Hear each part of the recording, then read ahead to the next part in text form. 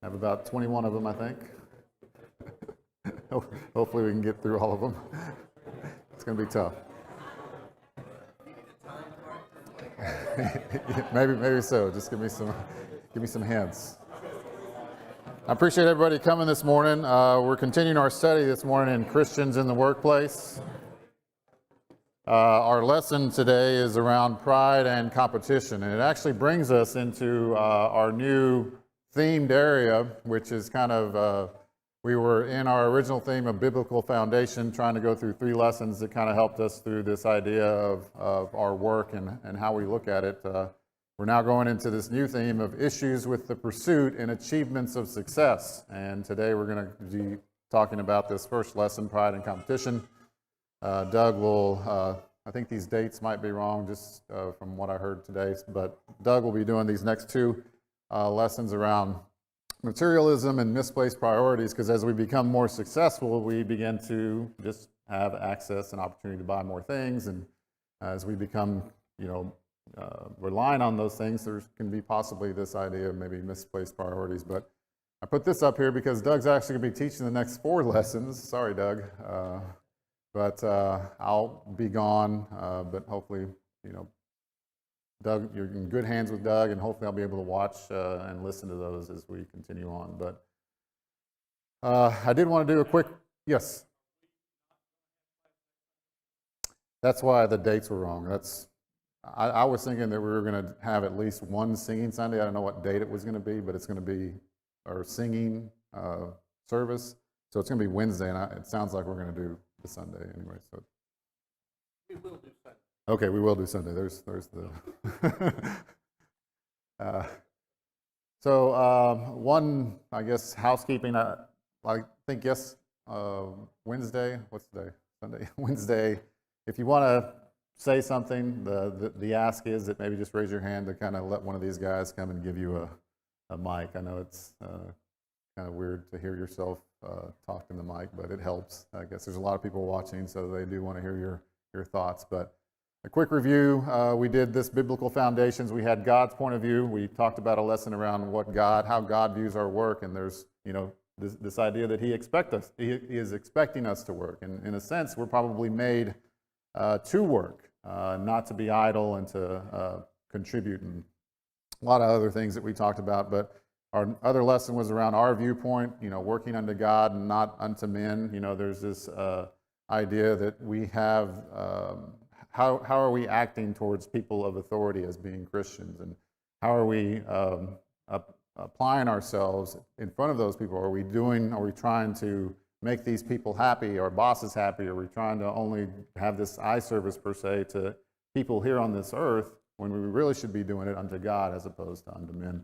Talked a lot of different things there. And then on Wednesday we talked about viewpoint of others, working as godly examples, and is really to kind of talk about us, this idea of us living here but also living apart, having the ability to separate ourselves from people so that we can show this example of being Christian, of being like God. Because in some instances, the people that we interact with, that may be the only thing that they ever see about God, and it's through our examples and our actions. So, well, today we're going through pride and competition, and I wanted to ask just real quick, is like, generally speaking, would you expect Christians to be successful in their jobs, just in general? Of course, right? And for those of you that were managers, I think Doug asked this question early on: how many own their own business? How many have people reporting to you? What kind of characteristics are you looking for in a good employee?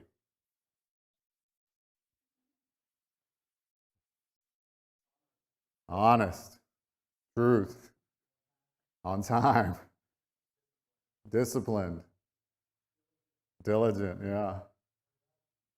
Productive, yes, you want them to be working, yeah. So there's a lot of that put, like hardworking, not complaining, honest, trustworthy. And I think David kind of referenced this idea. Is like, if you're Christian and you're following the things that we've really kind of talked about in the first 3 lessons about how we should treat those in authority, and how we as people of authority should treat those below us, and have how we're supposed to be these good examples. If we're acting as Christians, we're basically being described as probably a very good employee, right?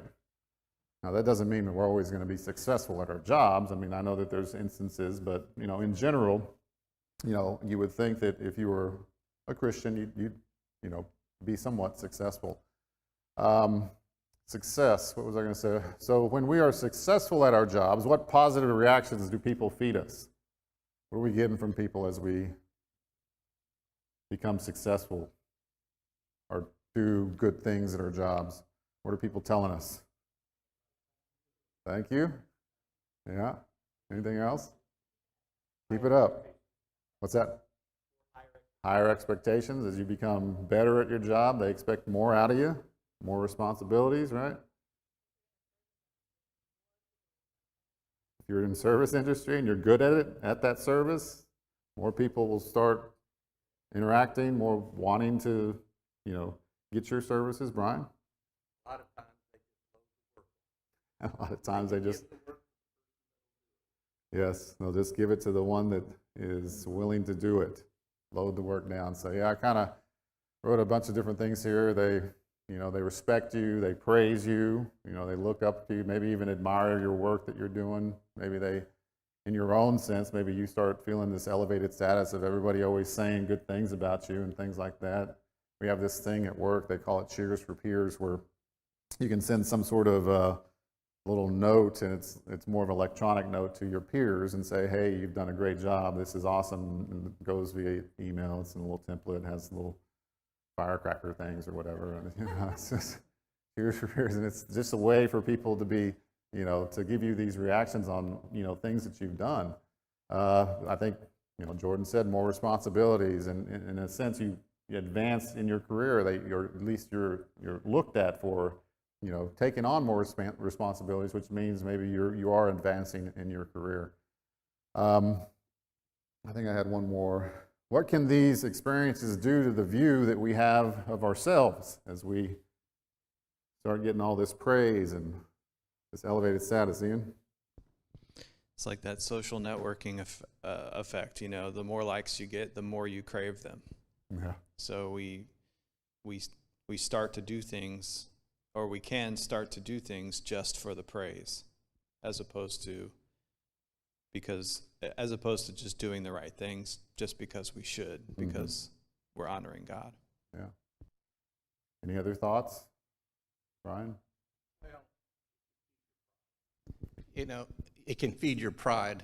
When you're, say if you have a fairly authoritative position, your jokes are always funny, your suggestions are always wise, and people will agree with you. And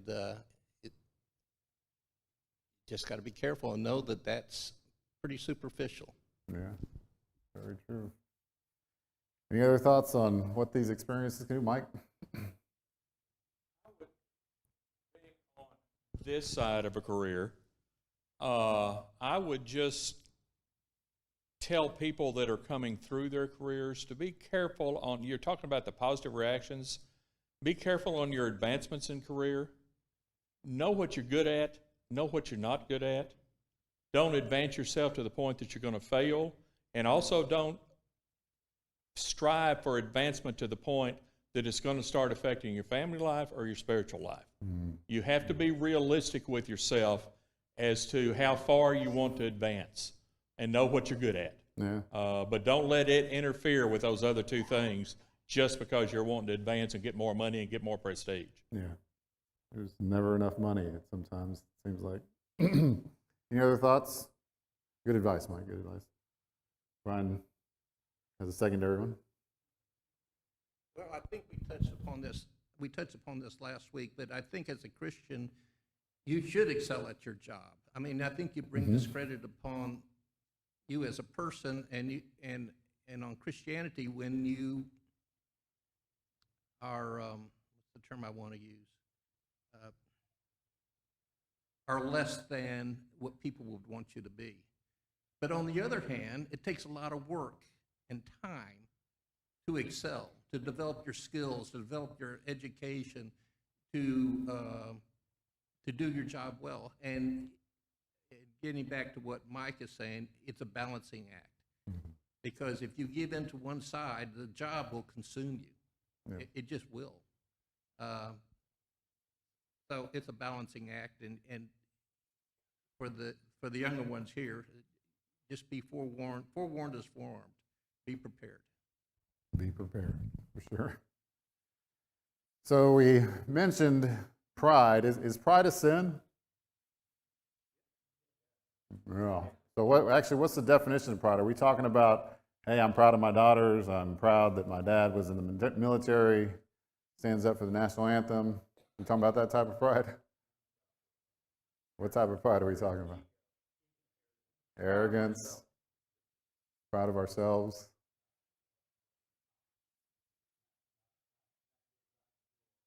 Yeah. So just go ahead.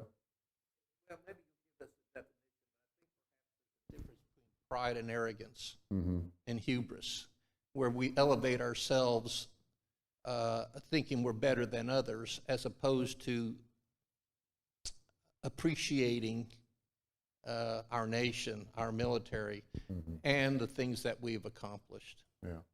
Well, you kind of said this was a definition where we are setting ourselves up over others, what you just kind of said, deciding that we're more important than others, and that almost kind of gives us this belief that we can decide for ourselves what is right and what is wrong, because we know it all, I guess, per se. Arrogance. How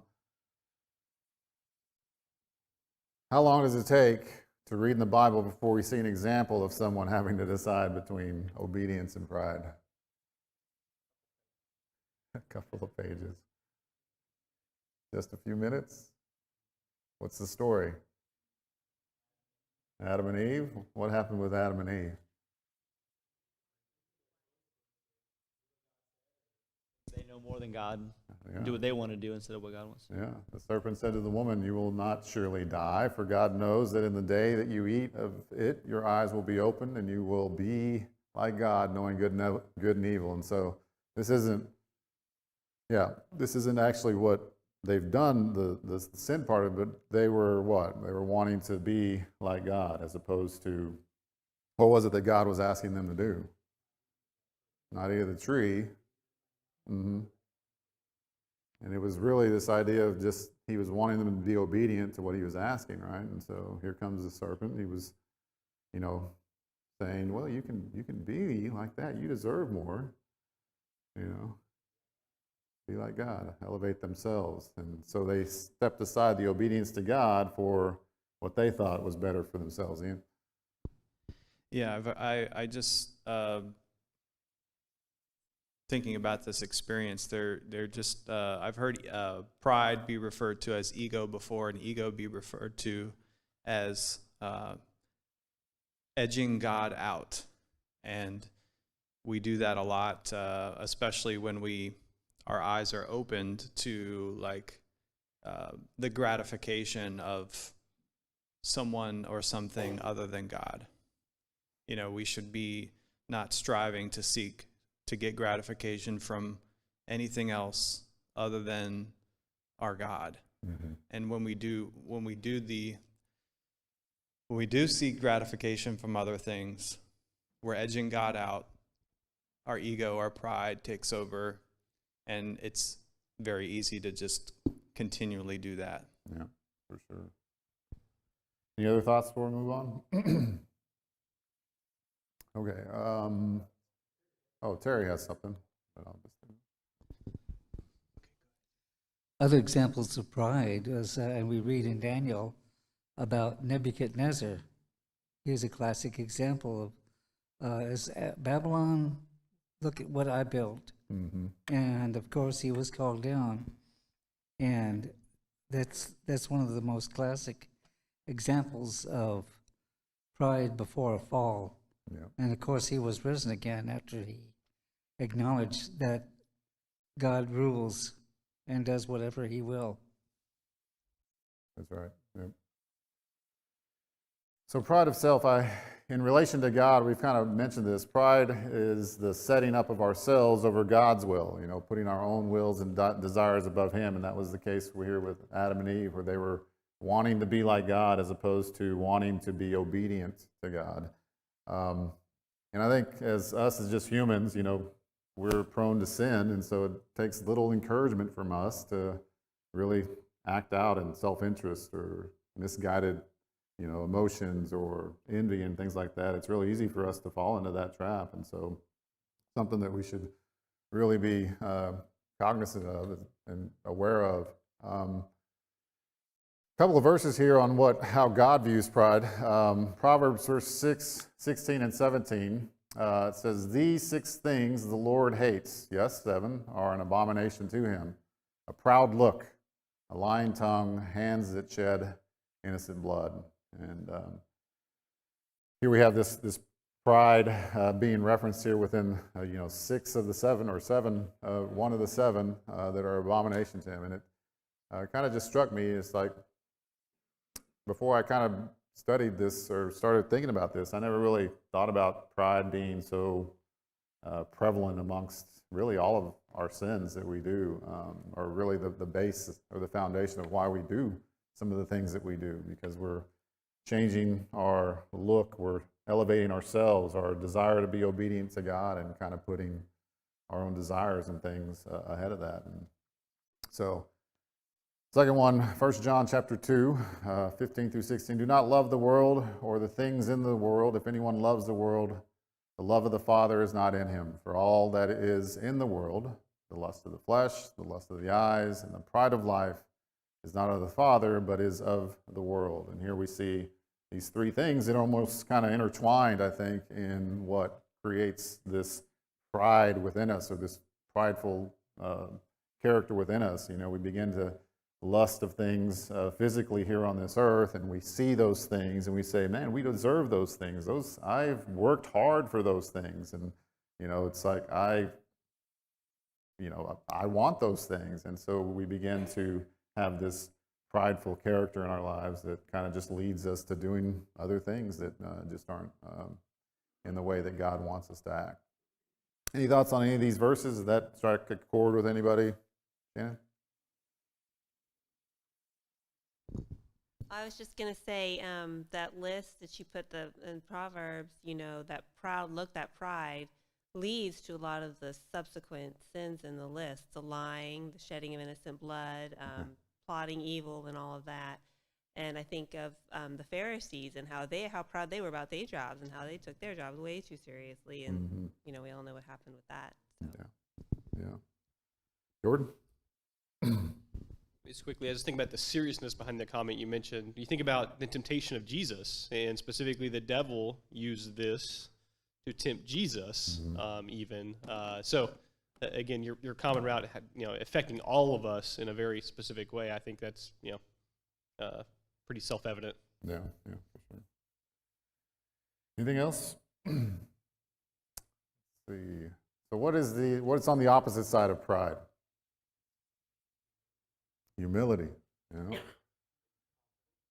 Confidence? Why? I think we as Christians, I'm sorry, Ian. We as Christians can have confidence. Paul talks about it multiple times, having confidence in our salvation, confidence in God's grace, in our work we to be under. So, yeah, to me, I think confidence would be an opposite of the pride element. Yeah, so you don't need, so I'm going to restate what I think you're kind of saying, just make sure I understand your point. So you're kind of saying that if we have the confidence in our faith, we don't need to almost think that we have to make a decision or give ourselves this elevated status to make our own decision of what is right and wrong, to where we're not putting ourselves over God, and so we're not having this prideful God, not in ourselves. Yeah. Right. Okay. Daniel? Yeah, just to underscore that, Paul quotes from Jeremiah in 1 Corinthians. He says, "Let him who boast in the Lord." So he's counteracting the pride of the Corinthians, which is all the stuff we've been talking about, with a different kind of boasting. To Jordan's point, you boast in the Lord. And obviously that is what's on the board now. It is humility at its core, but it is a boasting, a confidence in what God has done. Yeah. Let me see what I had here. So Matthew 23, and whoever exalts himself will be humbled, and he who humbles himself will be exalted. And I think I wrote this down because, is that, when we read that, do we think that that is always truly the case of, like, physically here on this earth, while we're here on this earth? If you humble yourself, you'll be exalted. Well, yeah, no. So I started asking myself, well, whoever exalts himself, he's like, where is he exalting himself? Here in this world, right? Yeah. And he will be humbled where? Probably here. We'll get to you, Albert, here in just a second. Let me just finish this real quick. This was just my thought process. Maybe it's wrong, but he will be humbled himself, probably here at some point. And then we who humble ourselves here will be exalted where? In heaven, yeah. It's not always here, but in heaven.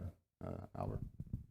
Personally, I think I'd take a shortcut in the use of the word pride. If you go back a couple slides where you said you're proud of your daughter for XYZ, if you use the statement, I'm humbled that she did so well on her report cards, it's giving their efforts acknowledgement. It's giving them they put forth, they had a challenge, they put forth to focus on the grades. I mean, yeah, you probably stayed up and stuff, but if you just, instead of I'm proud of what you've done, I think if I take a step back and don't use the word pride so quickly and look for the correct word, then you are going to exalt others. I'm humbled to be a Christian as opposed to I'm proud to be a Christian. Christ died on the cross that I have the opportunity of salvation. So when I say I'm proud to be a Christian, to me personally, it just raises the hair on the back of my neck. But when I say I'm humbled to be a Christian or I'm honored to be a Christian, that means that it was an opportunity that's been provided to me. So I wonder if others possibly feel the same, that we use the word pride too quickly for several applications, like an umbrella word. Yeah. I kind of, as you were trying to explain that, I was thinking to myself, as opposed to me saying I'm proud of my daughters because they did an A, it's like I'm proud of my daughters who did an A because I helped you all of those times, and if I wouldn't have pushed you, then you would have not gotten that grade. That's the wrong, yeah, that's the wrong kind because I'm putting on myself, yeah. So.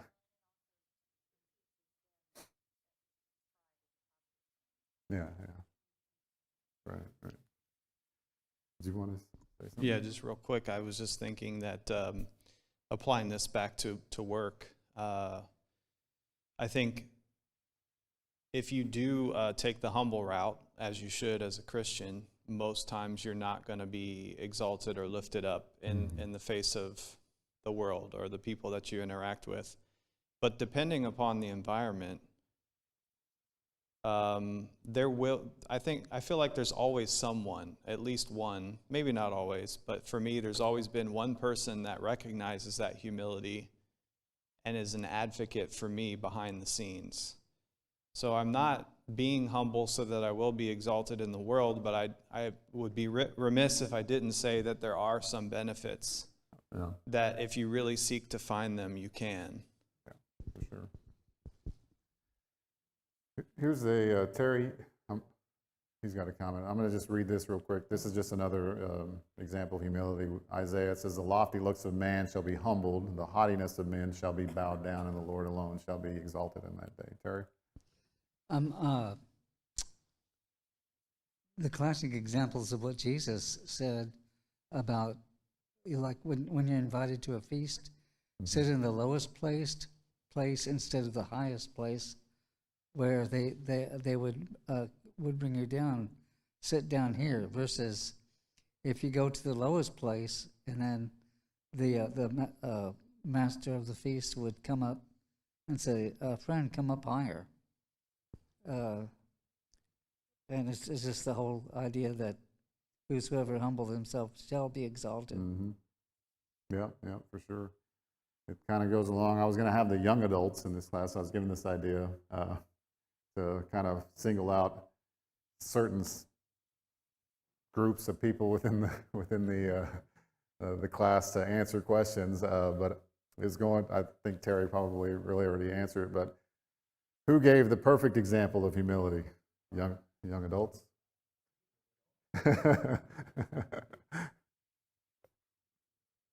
Well, we've heard it. And the example that Terry gave around Jesus kind of showing this example of humility was not the one that I had. Are there any other things that Jesus did that kind of brings this idea of humility to washes the feet? What else?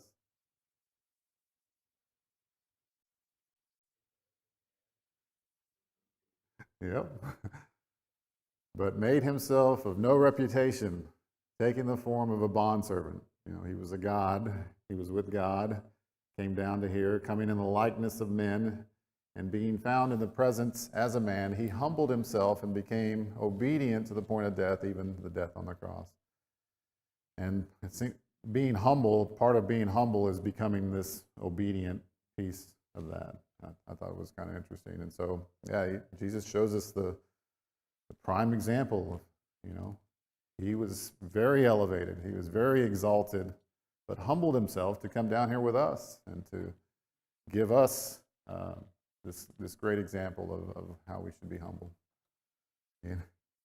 I just think it's interesting that the humbling came before being obedient. I haven't really spent a lot of time thinking about that before, but I think I might ponder on that a little bit. Yeah. A lot to ponder on within just this 2 verses here. Okay. What else do I got? Justin. When I think of all of the attributes that we've been describing, all the positive attributes, there are things that you hear often when people reminisce about great leaders. And I think that that's something that comes out with those who are put in leadership roles despite of themselves, or in spite of themselves, that those, I guess, what am I trying to say? Those who are often recognized as great leaders, the people that view them as such, note that they put others before themselves. They put the needs of the many before themselves. And you see a lot of humility and lack of pride in that leadership. Yeah. Very common characteristic. Any other thoughts? Michael. Something that's come to mind earlier on, you were with all this talk of pride. Well, we're still in it, but pride and humility. But in terms of in the workplace, I mean, the world,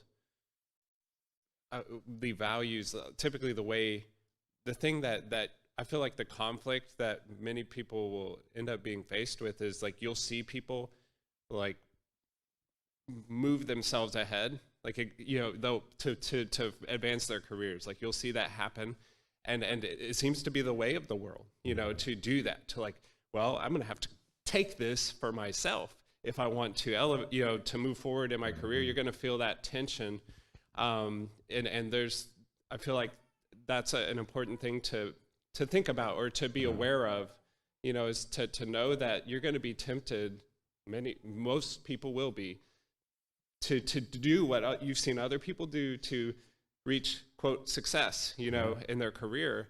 And you're going to have to make a choice, you know, are you going to, and I feel like that falls again into this pride and humility kind of realm, and it's something worth a lot of thought. Yeah, for sure. There's this almost pushed upon you, this competition that you have with other people, and you know, you almost, I kind of mentioned this in another slide, but we're almost taught to kind of put ourselves out there to say, well, if you want this, you need to, you know, show how good you are and show this and do all these other things. But yeah, pride versus humility. I think I just have a couple of verses here that kind of just compare these verses, or show verses that kind of compare the humble and the humility. When pride comes, then comes shame, but with the humble is wisdom. In Proverbs 29:23, a man's pride will bring him low, but the humble in spirit will retain honor. In 1 Peter 5:5, likewise, You younger people, submit yourself to your elders. Yes, all of you, be submissive to one another and be clothed with humility. For God resists the proud, but gives grace to the humble. So, you hear all that, you young adults. Let's see. How much time do we have? I feel like the doors are open and. Oh, okay. I started getting. Yeah, I was like, man, has it gone by that quick? So, warning signs that lead to pride. How does pride develop from success in our jobs?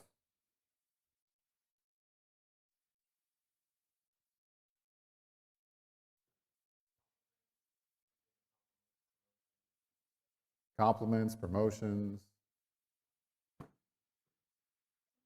Anything else anybody's ever dealt with that you realize, man, I'm getting a little prideful here. Justin has an example for us. I guess one thing that comes to mind is as you advance in your career, you're generally going to be making more money, and the more money you have, the easier it is to rely on yourself instead of on God, and you think about your accomplishments and not all of those who were there for you and helped you get to where you were. Yeah, yeah.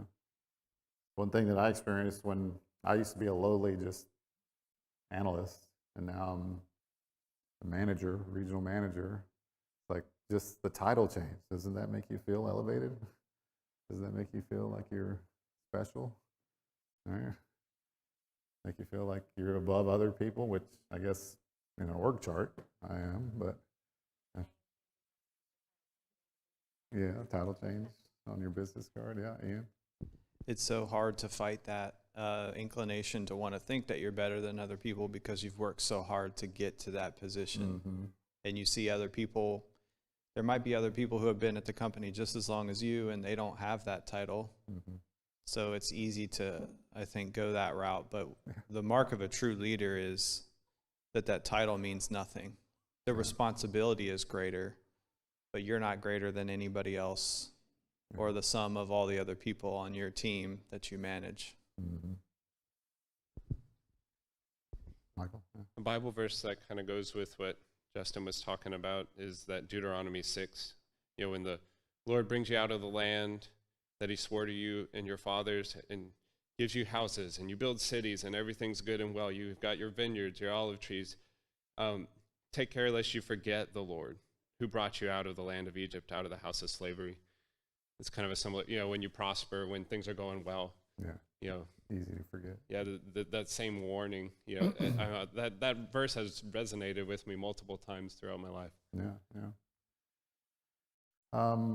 Mike, these were just things that people tell us how good we are after we complete projects. Go ahead, I'll read them after you're done. And this is a question to throw out there.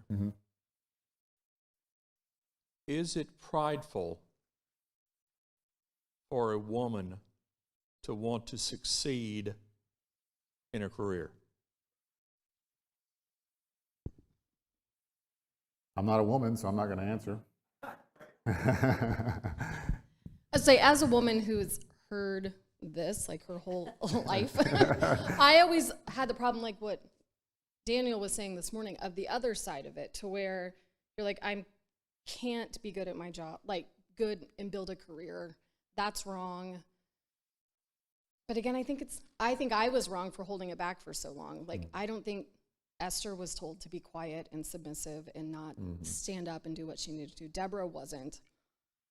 And so, like, I think it goes back to the point of where our confidence is. Is it in us or is it in God? And if it's in God, I feel like we need to get out of the way and let him actually do what he's trying to have us do.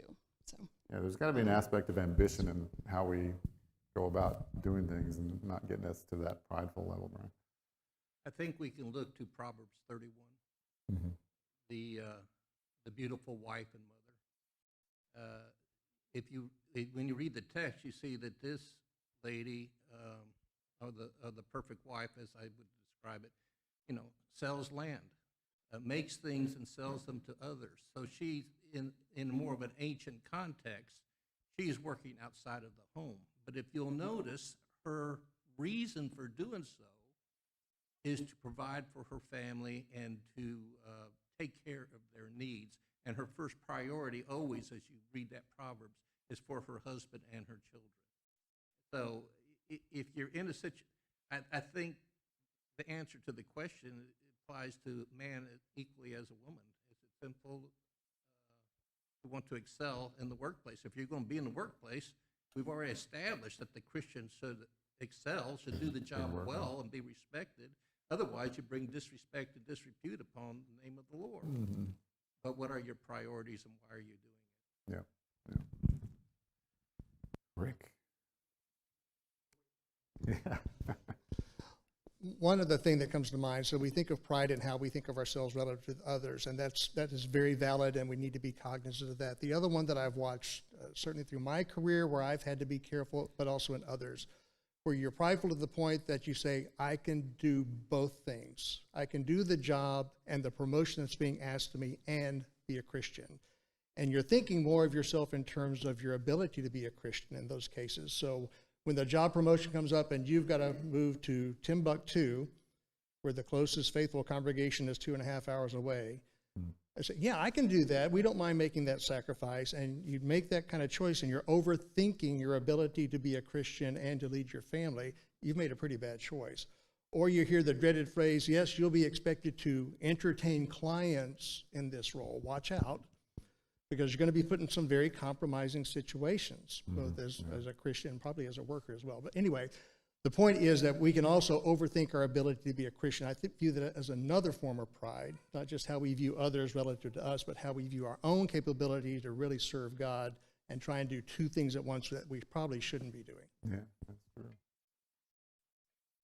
We can think that we're a lot better than we really are, and when we get down to those temptations, it's just like, oh, you fall pretty quickly. Any other ladies want to answer the question? Any ladies? I just want to offer it up. So just some experiences ground zero. There's warning signs that you're leading to pride. So when that troubled child shows up in the classroom and you think it's going to come to your classroom, or that troubled account comes about and it's publicly made, going, hey, we got this account, they're behind on their payment and we're not getting the invoices, and you have the expectation that you're going to get it. Or if there's a difficult, I've been watching a legal show lately, a brief that needs to be done for a difficult or a new account, and you think you're going to get that brief to write up for the lawyer, that's a warning sign that your feelings are hurt. When it doesn't come to you, that's a good opportunity to take a step back going, oh, wow, why did I think I was the one? And because, was it because it's publicly talked about out loud, hey, we got a troubled account? You're like, all right, well, it's coming my way, you know. So it's just, those are some ground zero things that I've seen, witnessed, and had happen. Yeah. They kind of sparked a memory in my head and kind of made me realize that I had the wrong ideas here. But I did, this is 3 or 4 years ago, we had this huge integration with this new company, and I'd been going, I guess it wasn't that long, it was maybe 2 years ago. Been going to New York, and I was going like every week I was there and did all of this stuff, and I felt like, come, I guess, the bonus season and the salary thing, it was just like, wasn't that much because the market was down and everything. I was just like, I've had this feeling, it's like, man, all that work that I did, and this is what you guys are giving me. And so thank you for that, because kind of made me think, maybe I was thinking the wrong thing here. Okay. Anita. Okay, so I retired back in 2021. And some of the struggles that I had very early in my career was being a woman and not speaking up. I didn't want to be prideful. I wanted to be humble. And some of the things that held me back was not using my voice. So I learned by talking to my mom, and she goes, well, look, it's okay to ask questions as to why you're not moving ahead when you're training the men in the company and they're being promoted over you. So I went in and I talked to my boss, but I made sure I prayed about it first. And then I went in, I talked to him, and that year I got the highest raise of my career. I got a 22% increase in pay. So from that point on, I learned to speak up and ask questions. And I've taught other women to do the same thing, because they've come back to me when I got ready to retire to say, you helped me use my voice. You know, it's just you speak up, but you make sure you're doing it in a respectful way. Yeah. And you prayed about it, so I think that's a good key. Yes. So what I'm going to say, just as general comment to this conversation is,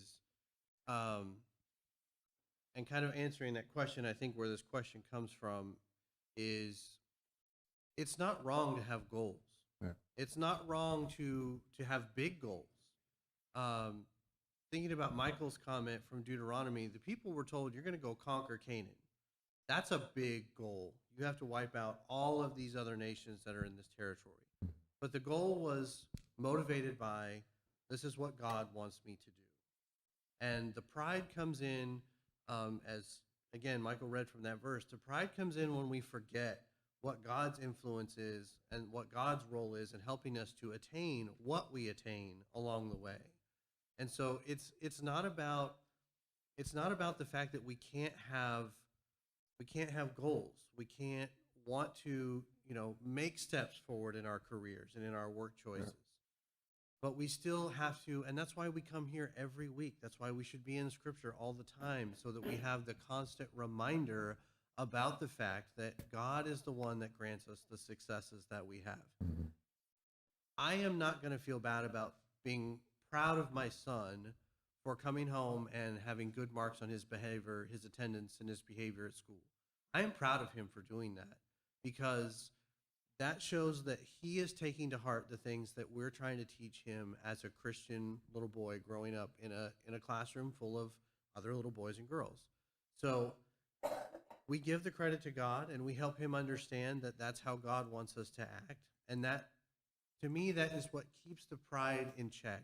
And it keeps it off of me being egotistical, if you want to call it that, about the success in my life, and keeping it the focus on what God allows me to do. But it doesn't mean that I don't have the ambition or the goal, or in some cases pride, for some of the other things that happen in life. Yeah, for sure. Mike's got one more comment, but I just want to kind of show here that you guys have done a great job of leading us right where we need to go, because that was one of my questions. Should we be worried about being successful, Mike? My only thing is, the favorite saying that I've got to my family, to fellow Christians and everything else is, that flows into the pride, it's not about me, it's about thee. And if you take that attitude that it's not about me, it's about thee, in everything that you're doing, you're going to have pride, quote unquote, in the right realm. Yeah. Sure. Anything else? Can we be prideful even in our service to God? Yeah. Yep. Let's ask them through this Luke chapter 18. This was the parable.